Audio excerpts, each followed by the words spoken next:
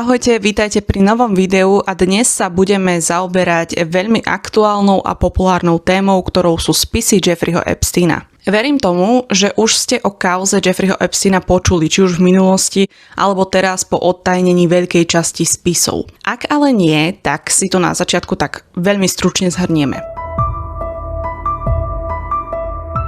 Jeffrey Epstein bol americký finančník, ktorý bol právoplatne odsúdený za sexuálne trestné činy, ktoré páchal na deťoch a maloletých dievčatách. Už v roku 2005 bolo na neho podané prvé trestné oznámenie za tieto činy, no vďaka jeho konexiám a moci sa mu v roku 2008 počas súdneho konania podarilo v podstate potajomky uzatvoriť veľmi výhodnú dohodu. V rámci tejto dohody sa priznal len k trestnému činu zháňania maloletých na prostitúciu a bol odsúdený na 18 mesiacov väzenia s miernym režimom.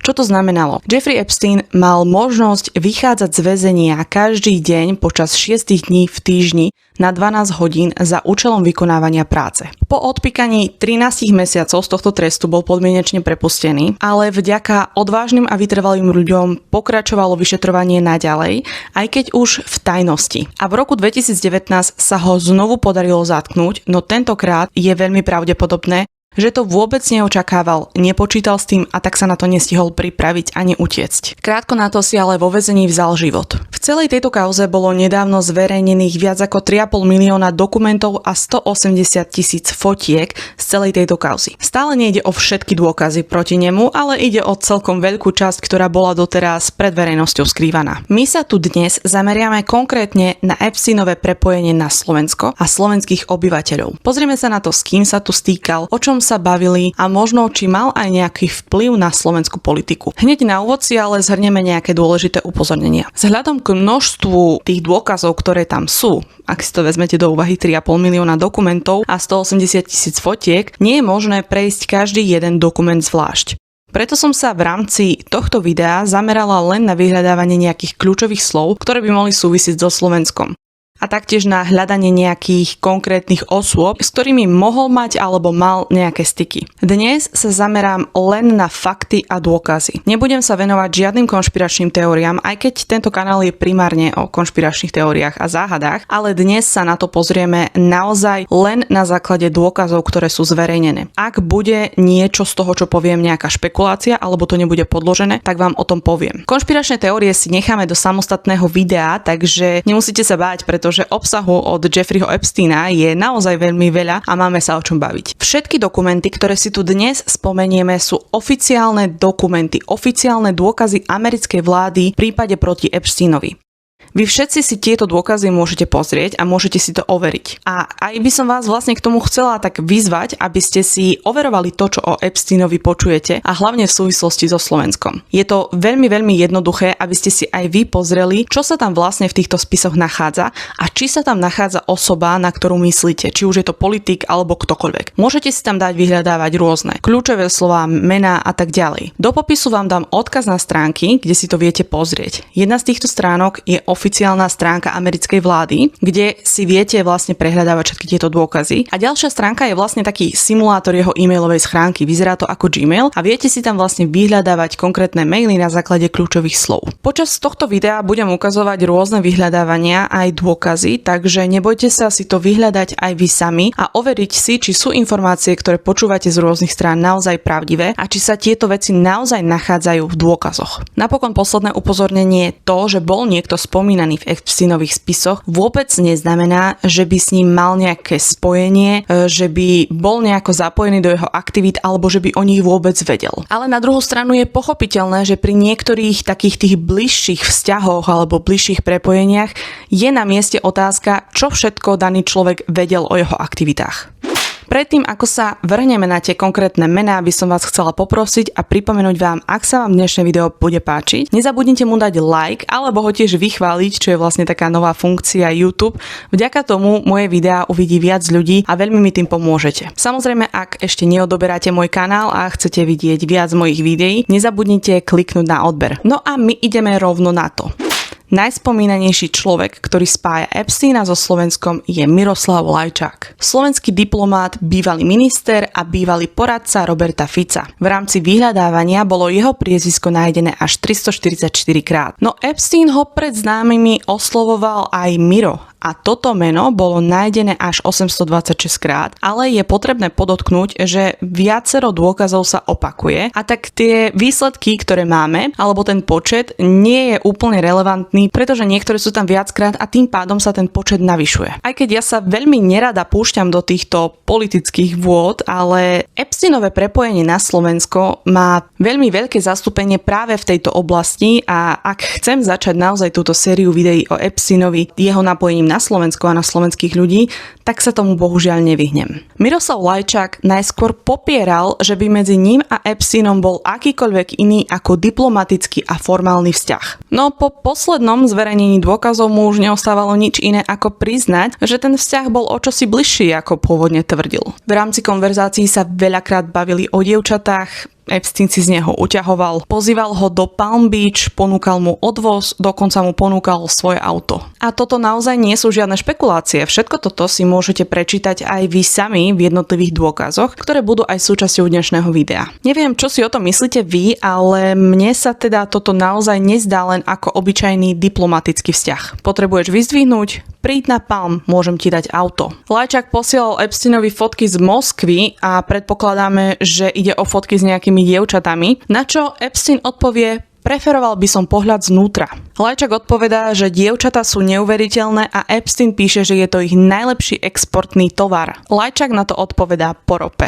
V rámci tejto istej konverzácie Epstein podotkol: ale ja nebudem prezidentom. A Lajčák mu na to odpovedá: veľmi vtipné. Chceš, aby som bol? Úprimne nemyslím si, že ide o obyčajnú bežnú konverzáciu dvoch ľudí, ktorí medzi sebou majú len diplomatický a formálny vzťah. A aj na základe týchto správ sa špekuluje, že Lajčák mohol vedieť o nejakých tých Epsteinových aktivitách. Aj keď sám sa vyjadril, že o tom vôbec nevedel a keďže s ním bol v kontakte Steve Bannon, bývalý poradca prezidenta Trumpa, neprišlo mu na tom vôbec nič zlé a začal sa teda stýkať s Epsteinom aj on. V tom čase nevedel, po tom stretnutí som sa potom samozrejme pozrel, vygooglil toho človeka, videl som, že má za sebou takúto nepeknú históriu, že bol odsúdený, že si odsedel trest. A napríklad, keď taký človek ako Steve Bannon, ktorý bol pravou rukou prezidenta Trumpa, sa s ním pravidelne stretával. Pretože Epstein mal naozaj mocné konexie a on sám si myslel, že týmto by mohol získať nejaké výhody pre Slovensko.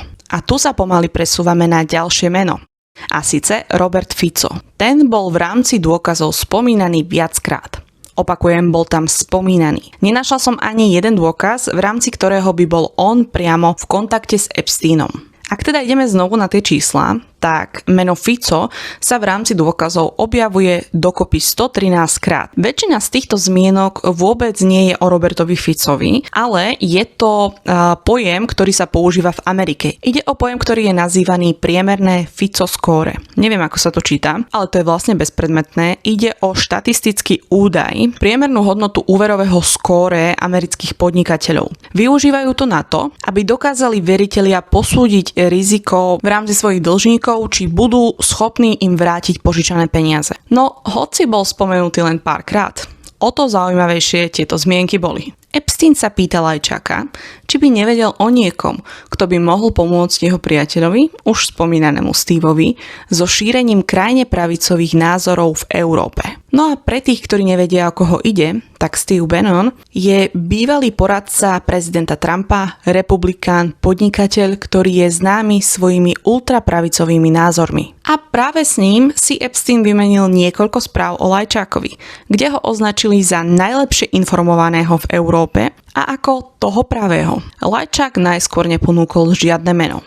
Odpovedal tým, že Steve je známy ako anti-EU politik a preto by tí mainstreamoví politici s ním nechceli byť veľmi videní. Takže o tom musel porozmýšľať. No a o 2 týždne na to mu už napísal, že pre neho má osobu na Slovensku, bývalého premiéra Fica, ktorý je mimo vlády a hľadá si novú agendu a rád by hral Steveovú hru.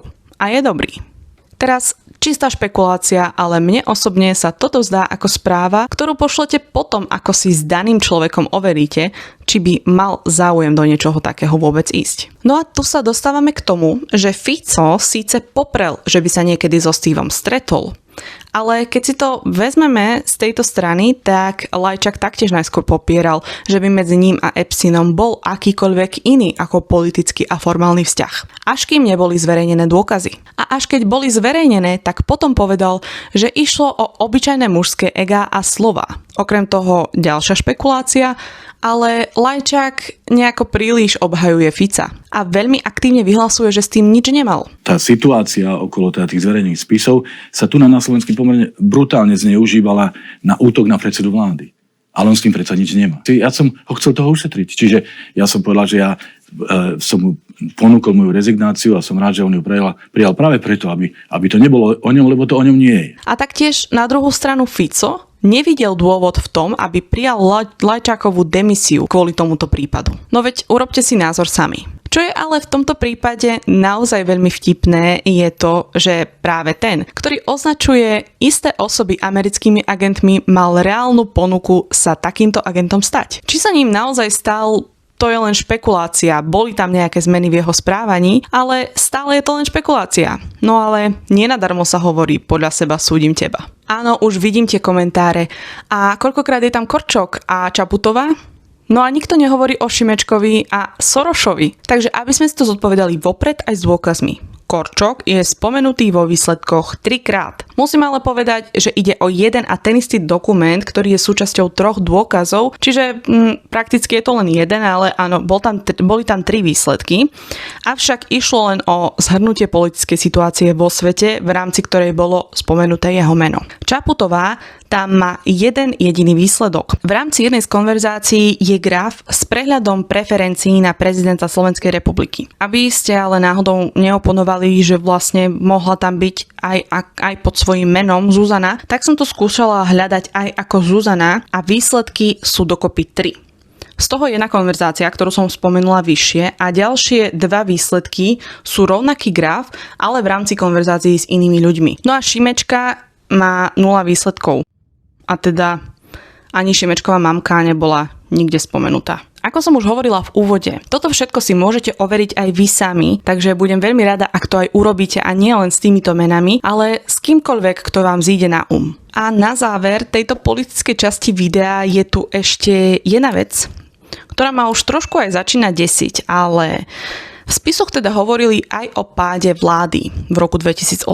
Čo je síce vec, o ktorej sa vie nejakú dobu dopredu, predpokladá sa, že niečo takéto sa stane, takže to, že sa tam Lajčák s Epsteinom bavili o tom, že vymyslia niečo pre Lajčáka, keď vláda padne, tak to je také, že OK. Ale tretia vláda Roberta Fica trvala do 22. marca 2018. A v e-maili z 15. marca 2018 si Steve s Epsteinom vymenili správy, v ktorých spomínajú aj Lajčáka a doslova tam píše: vláda padne tento týždeň, ako bolo naplánované. Na druhú stranu musíme Lajčákovi uznať, že je prakticky asi jediný politik alebo jediný takto zainteresovaný človek, ktorý naozaj podal demisiu a odstúpil zo svojej verejnej funkcie. Ale potom, ako som videla jeho vyjadrenia k tejto kauze, si nie som úplne istá, či nešlo len o nejaký strategický krok. Veď mne nikto nemôže zabrániť, aby som sa s predsedom vlády stretol aj bez formálneho papiera. Práve vy nemôžete zrušiť vzťah medzi ľuďmi, vy môžete zrušiť formálny vzťah, ale nie ľudský vzťah. No ale toto je len ďalšia špekulácia, takže ideme ďalej. V rámci spisov bolo Slovensko spomínané viackrát. Slovo Slovák tam bolo spomenuté 156 krát a Slovakia 729 krát. Konkrétne mestá som ani nehľadala, pretože tých výsledkov je tam naozaj veľa a museli by sme prejsť asi naozaj každý jeden dokument zvlášť, aby sme sa dozvedeli, kto každý bol s Epsteinom prepojený. Okrem toho veľa z toho ani nevieme zistiť, pretože mnoho dokumentov má začiernené časti. Zároveň musíme brať do úvahy aj to, že v rámci tých spisov a tých dôkazov neboli spomínaní len Epsteinovi kamoši a ľudia, s ktorými spolupracoval. Ale boli tam spomínané aj jeho obete, či potenciálne obete. Napríklad ako istá Klaudia. Nebudem to hovoriť jej celé meno, pretože sa mi to nezdá podstatné, aj keď samozrejme, ak budete chcieť, tak si to viete veľmi ľahko dohľadať. Ale ide o to, že práve Klaudia bola jedným z vytipovaných dievčat, ktorá bola ponúknutá Epsteinovi ako možnosť. Pýtali sa Epsteina, či sa mu páči na základe fotiek a Epstein na to napísal, že nie. Ďalej bola spomenutá aj ďalšia Slovenka, Naďa Murgašová, manželka veľmi známeho amerického tenistu Mikea Bryana. Tá sa zas Epsteinovi páčila veľmi. No Naďa sa k tomu vyjadrila tak, že si nepamätá, že by mala nejaký vedomý kontakt s Epsteinom. Napokon ale veľmi úzko prepojená s Epsteinom bola iná Naďa. Naďa Marcinková. Naďa sa narodila v Košiciach a je dcérou známeho architekta Petra Marcinka. Podľa rôznych špekulácií ju mal Epstein odkúpiť od jej rodiny ako sexuálnu otrokyňu ešte keď mala len 15 rokov. Najskôr sa Naďa venovala modelingu a neskôr v roku 2012 získala licenciu ako pilotka. Tým pádom sa stala okrem iného aj Epsteinovou pilotkou a pravidelne lietala jeho súkromným lietadlom nazývaným aj Lolita Express, ktoré len tak mimochodom pristálo niekoľkokrát aj na Slovensku. Aj keď bola veľmi pravdepodobne Naďa jednou z Epsteinových obetí, vyšetrovanie ukázalo, že mala byť taktiež zapojená aj do jeho aktivít. Podľa výpovedí niektorých obetí mala byť Naďa práve tá, ktorá zháňala mladé dievčatá a taktiež mala byť zapojená do styku s týmito dievčatami a to aj s maloletými. Jej blízky vzťah s Epsteinom nepotvrdzuje len množstvo fotiek, ktoré spolu majú, ale taktiež aj počet jej návštev Epsteina počas toho, ako bol vo väzení. Ale aj potom, ako bol prepustený. Okrem iného bývala aj v jeho rezidencii na Palm Beach a taktiež od roku 2019 je riaditeľkou spoločnosti Aviloop, ktorá má sídliť v budove, ktorú vlastní Mark Epstein, Jeffreyho brat. V rámci dôkazov bolo nájdených viacero transakcií smerujúcich na Slovensko a taktiež niekoľko, ktoré smerovali do spoločnosti Aviloop. Okrem toho sa tam ale nachádza aj jeden veľmi zaujímavý dokument, ktorý hovorí o darovaní jeho motorky nejakej osobe na Slovensku. Dôkaz, ktorý je aktuálne zverejnený na tejto stránke, má síce zakryté meno obdarovaného. No na internete koluje aj verzia z doby, keď ešte táto časť zakrytá nebola a podľa nej môžeme veľmi jasne vidieť, že ide o Petra Marcinka. Aj keď by sme toto chceli brať ako špekuláciu, s tým, že mohla byť fotka nejako upravená, čo si nemyslím, ale aj keby, tak aj tak na tom dôkaze stále vidíme, že bola darovaná niekomu na Slovensku. Meno Naďa bolo vo výsledkoch spomenuté 964 krát, ale musíme brať do úvahy, že mnoho z týchto výsledkov sa mohlo týkať iných žien, nemuselo ísť práve o Naďu Marcinkovú. Na druhej strane priezvisko Marcinko sa tam objavilo 177 krát. Napokon podľa mňa dosť podstatná informácia, ale Naďa Marcinko je od roku 2024 považovaná za nezvestnú. Skôr ale ide o to, že by mala úplne zmiznúť z dohľadu verejnosti, nie o to, že by mala byť naozaj nezvestná, ale kto vie. Špekuluje sa, že jej zmiznutie mohlo mať niečo spoločné so zverejnenými dokumentmi, alebo že jej bola poskytnutá imunita a nová identita výmenou za informácie, ktoré mohla ponúknuť polícii. Verím tomu, že medzi dôkazmi sa nachádza o mnoho viac prepojení na Slovensko, ale nie je veľmi jednoduché ich všetky vyhľadať. Zamerala som sa preto na tie, ktoré sú z môjho pohľadu naozaj tie najzaujímavejšie a ktoré naozaj mohli mať aj vplyv na smerovanie Slovenska. Dajte mi vedieť, čo si vy o celej tejto kauze myslíte a ja budem určite pokračovať už v takom svojom bežnejšom režime a pripravím nejaké videá, ktoré sa týkajú konšpiračných teórií a celkovo tohto prípadu skôr z takého toho záhadnejšieho hľadiska, nie z hľadiska nejakých politických konexí na Slovensko. O Epsteinovom ostrove a o samotnom Epsteinovi už veľmi dlhú dobu kolujú rôzne konšpiračné teórie. No a práve v zverejnených dokumentoch sme sa dozvedeli, že niektoré z týchto konšpiračných teórií vôbec nie sú len teóriami, ale boli naozaj krutou pravdou. Ak vás táto kauza zaujíma a chcete vidieť moje ďalšie videá, určite nezabudnite odoberať tento kanál, aby vám žiadne neunikli. Ak ste sa dostali až sem, tak mi do komentárov pridajte samozrejme okrem vášho názoru aj emoji, napríklad lietadielka alebo čierneho srdiečka, ak ho nebudete vedieť nájsť. Aby som vedela, že práve vy ste dopozerali moje video až do konca, za čo vám vopred ďakujem a teším sa na vás na budúce. Ahojte.